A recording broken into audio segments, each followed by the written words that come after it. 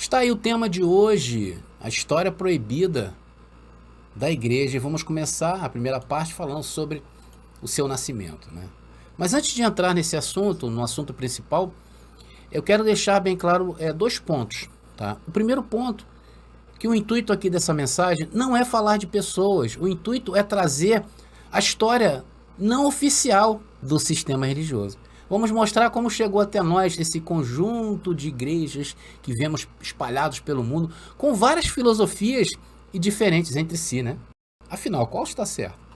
Em segundo lugar, o nosso combate aqui é justamente contra essas filosofias, ou doutrinas, ou ensinos tão contraditórios entre si.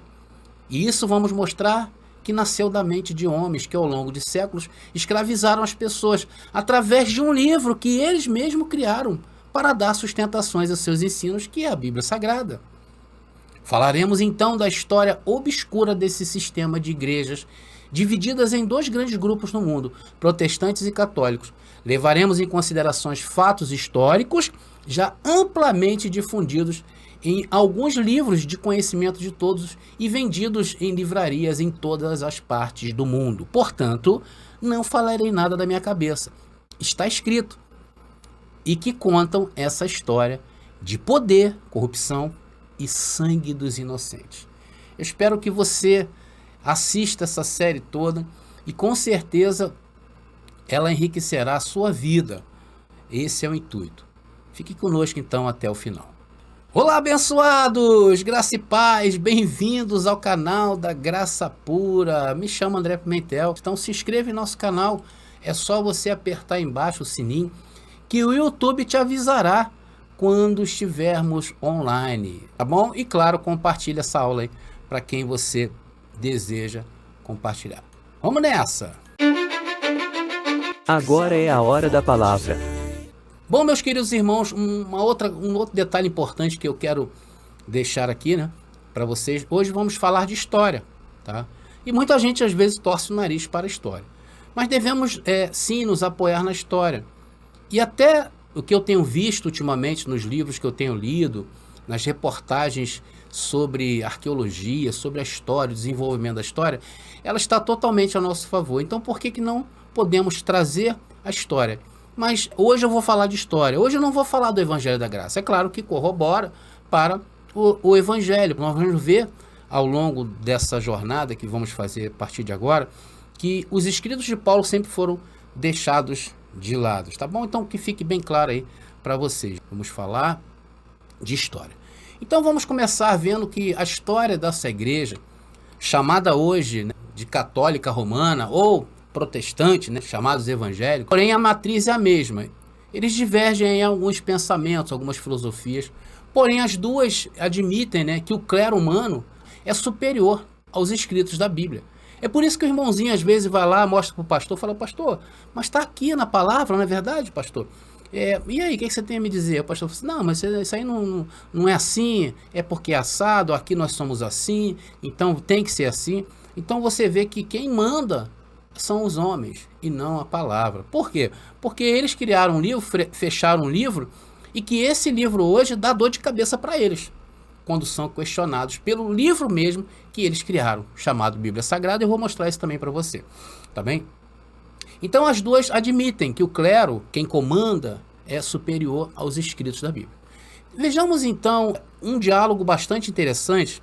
Por quê? Porque o sistema religioso se baseia que Pedro foi o primeiro papa, né? O grupo protestante já não aceita essa tese, mas o grupo que criou a primeira igreja crê que Pedro foi o primeiro papa. Isso em um discurso, né? Um diálogo entre Jesus de Nazaré, seus discípulos e o discípulo Pedro em particular.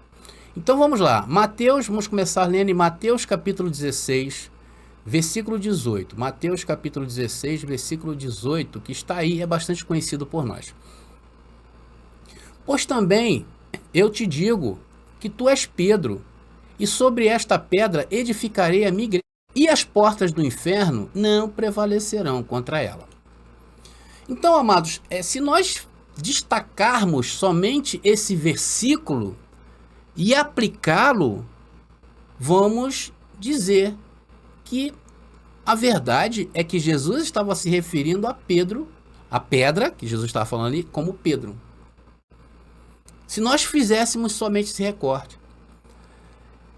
Então, amados, a primeira coisa, um texto bíblico, ele não pode ser isolado do seu contexto e aplicar o que se quer sobre ele. Não podemos fazer isso, forçar o texto. Isso se chama forçar o texto. Isso se chama descontextualizar o contexto. Então, quem faz isso está assassinando a ideia do contexto. E é isso que essas pessoas que criaram o sistema fazem até os dias de hoje. O contexto desse texto mostra que antes de Jesus falar isto, haviam outras coisas, claro, que foi falado. Isso aí é um resumo, é uma conversa. É como se nós estivéssemos pegando o trem e andando, se nós quisermos recortar isso aí. Então nós temos que explicar. O intuito desse vídeo não é fazer uma exegese desse texto. O fato é que ali Jesus de Nazaré estava falando dele mesmo e não de Pedro. Então a falsa igreja tomou esse texto como sendo a pedra, um homem de carne e osso, como eu e você. Mas no verso seguinte, porque o texto não acaba aí, o capítulo não acaba aí, aqui a falsa igreja escravizou o mundo todo com suas ideias. Vamos ver o verso 19 de Mateus capítulo 19. Vamos ver.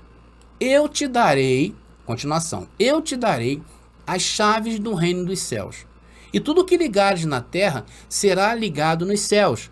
E tudo o que desligares na terra será desligado nos céus.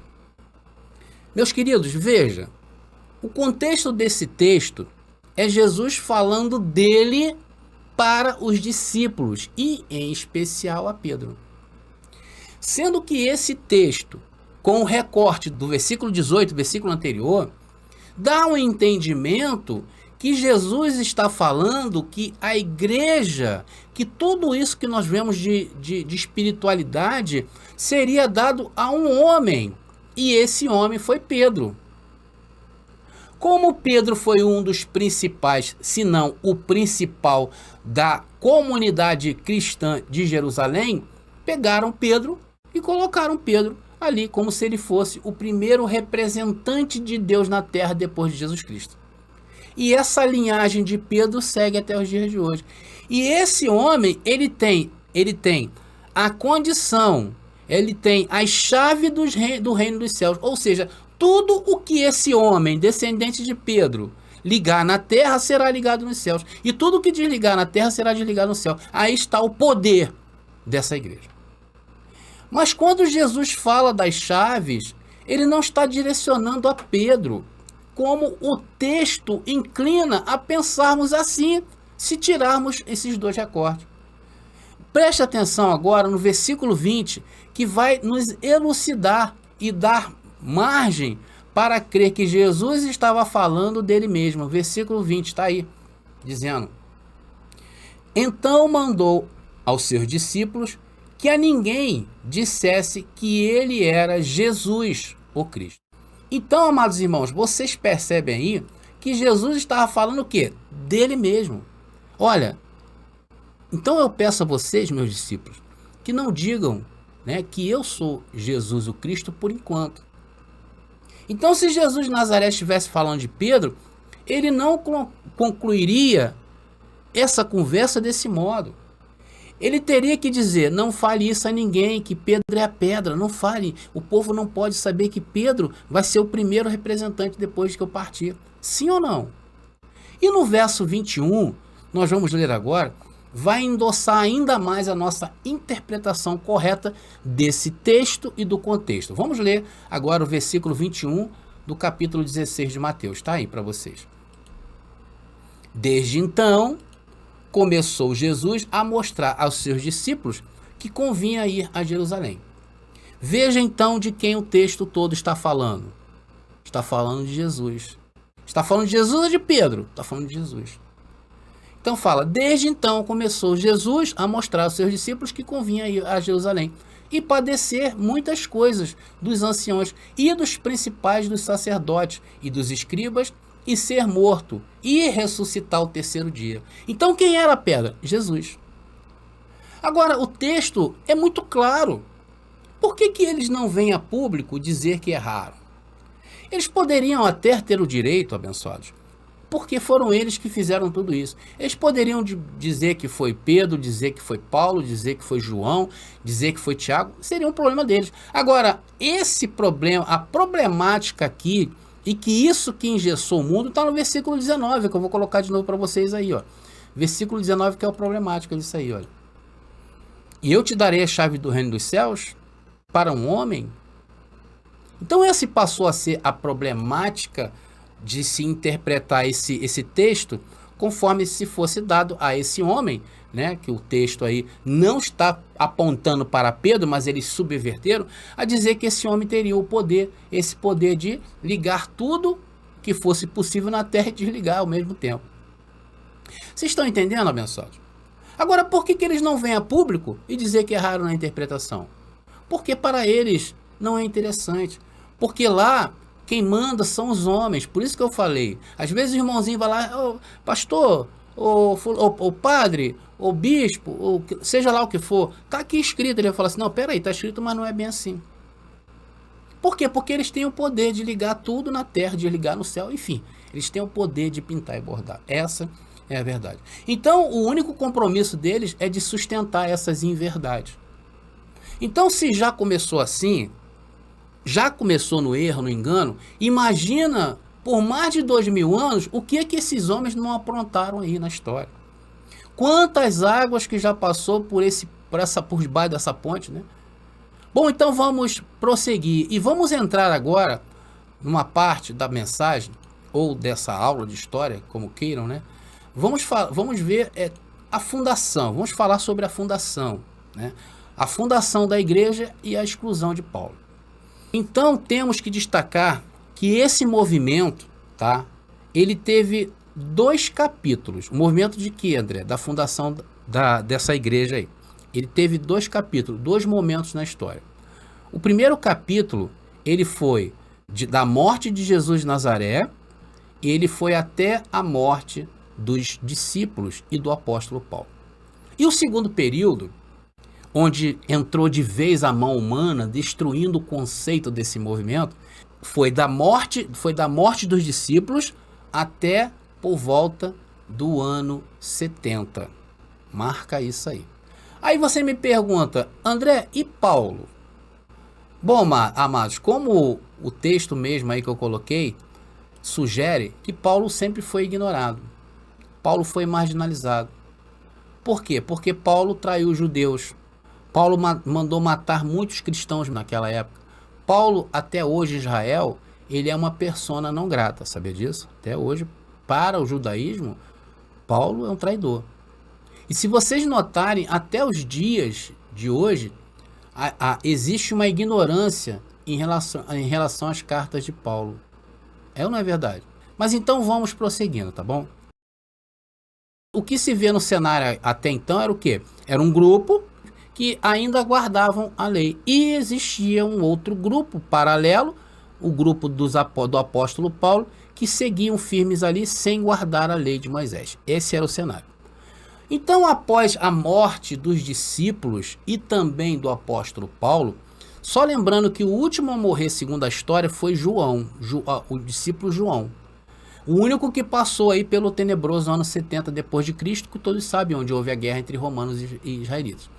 Uma guerra anunciada por Jesus de Nazaré em Mateus capítulo 24, tá bom? Quando Jesus fala sobre rumores de guerra, está falando do fim dos tempos, está falando de Mateus 24. Jesus então já anunciava essa guerra.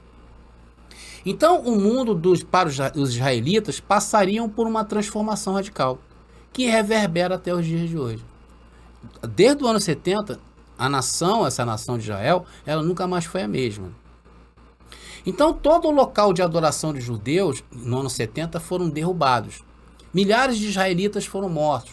Jerusalém foi totalmente destruída e o templo de Herodes veio abaixo. A partir deste evento, muitos cristãos foram mortos e também as comunidades de Paulo. Muitos foram mortos, passaram o quê? A ser perseguidos. Os cristãos na época passaram a ser perseguidos.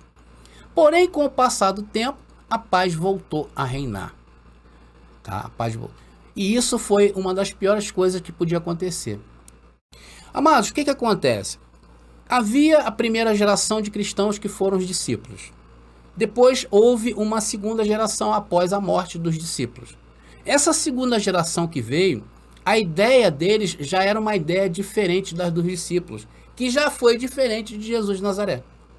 Então, a cada geração que vai passando, vai se mudando muita coisa no conceito. Essa é a grande realidade. E essa transformação acontece até os dias de hoje.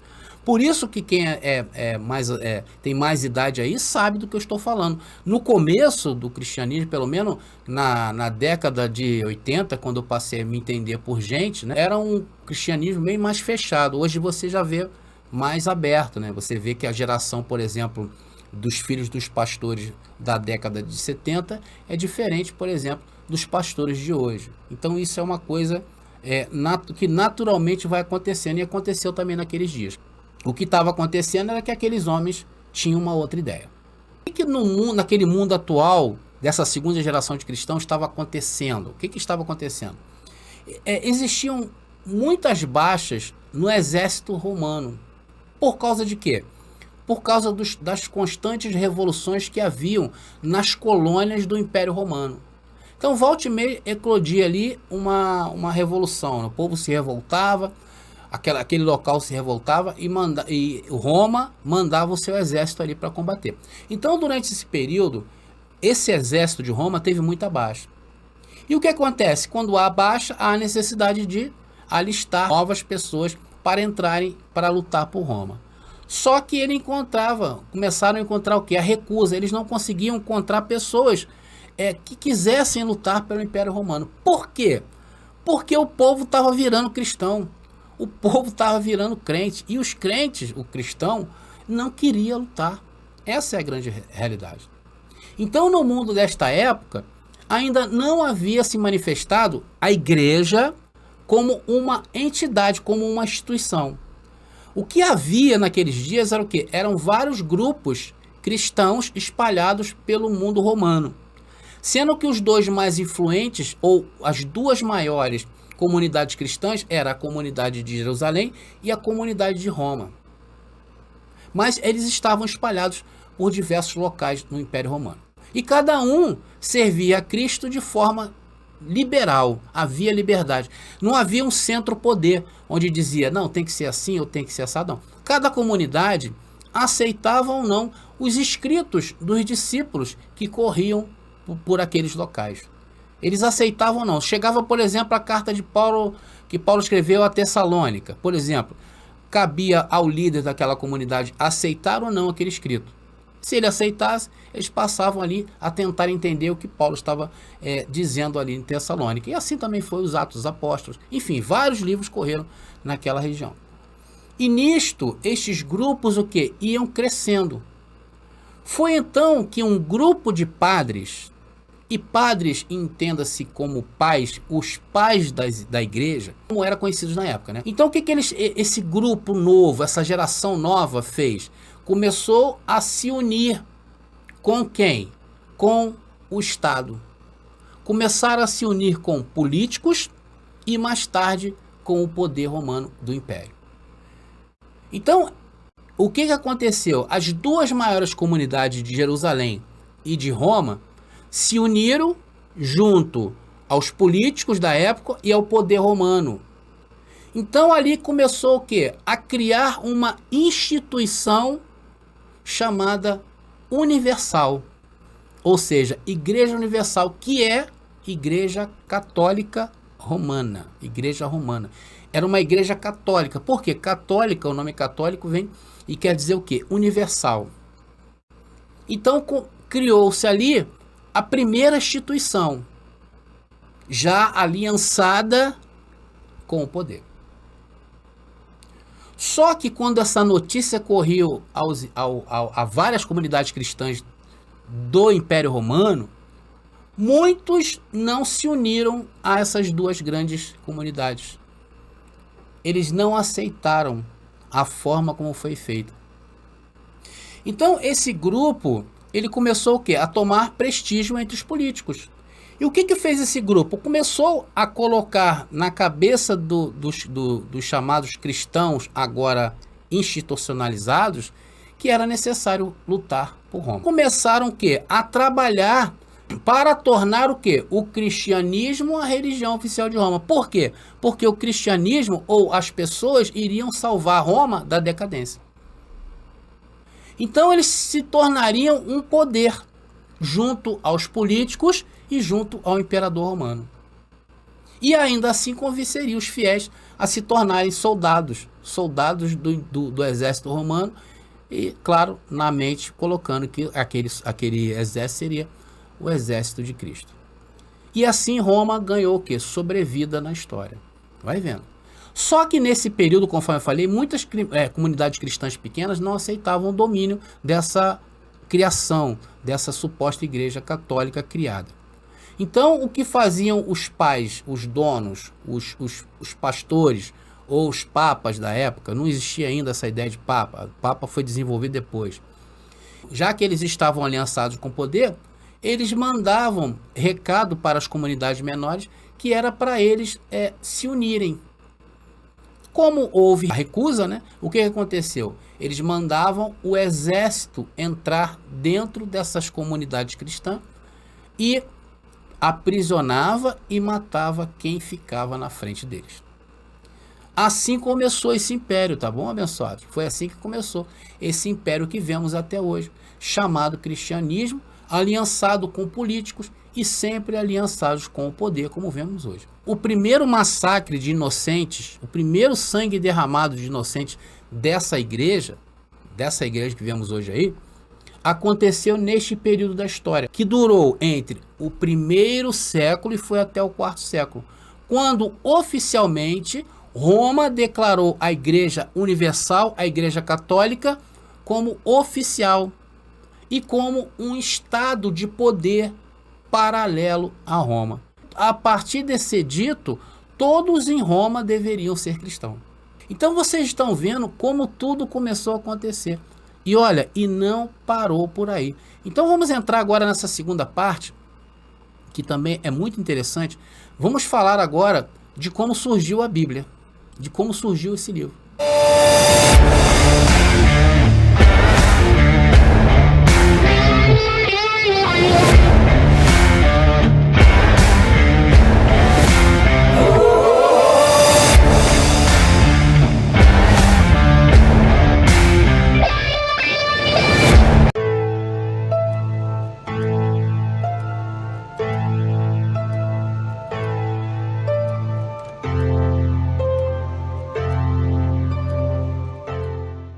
Você vai ouvir agora depoimentos de quem já adquiriu as nossas apostilas. Olá, abençoados, meu nome é Elza, adquiri a apostila e chegou ontem. Eu já estou desfrutando de temas muito bem explicados e com muitas referências bíblicas. Isso vai nos dando bases e argumentos irrefutáveis. Agora sim me sinto mais preparada. Quando o irmão André Pimentel falou da próxima geração, que deveríamos deixar um legado, pensei nos meus netos e resolvi adquirir e não me arrependo. Quer um conselho? Adquira a sua também. Não perca tempo, adquira já. Entre em contato pelo nosso WhatsApp 21 97987 4668. Não há condenação para os que estão em Cristo, que não andam na carne, mas estão no Espírito. Não há condenação para os que estão em Cristo,